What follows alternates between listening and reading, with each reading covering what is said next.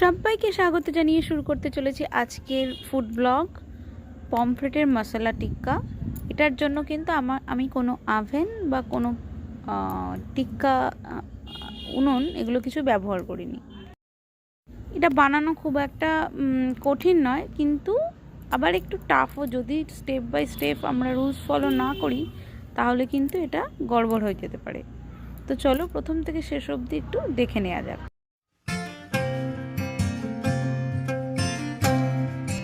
আর এই মশলা টিক্কা দেখতে দেখতে আমার একটাই কথা, যদি ভালো লাগে please like, share, comment and subscribe করতে ভুলবেন না।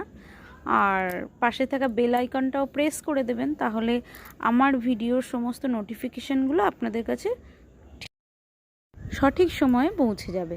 তো চলুন দেখে নেওয়া যাক। দেখতেই পেলেন এখানে আমি ম্যারিনেট করে নিচ্ছি পমফ্রেটটাকে। আর এটা ম্যারিনেট করার আগে একটা মশলা আমি তৈরি করে নিয়েছি। আনার জন্য আমি কিন্তু এখানে কোনো বেসন বা কোনো ময়দা, আটা কিছু ইউজ করিনি, শুধুমাত্র পোস্ত ইউজ করেছি, যেটা খুব ইউনিক।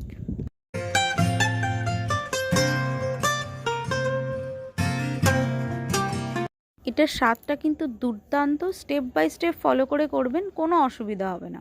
হ্যাঁ, একটু গ্রেভিটা যেহেতু আভেন নেই বা যেহেতু টিকিয়া কোনো উনুন ইউজ করা হয়নি, তাই গ্রেভিটা একটু বেশি হবে, ওটাও আস্তে আস্তে টেনে যাবে।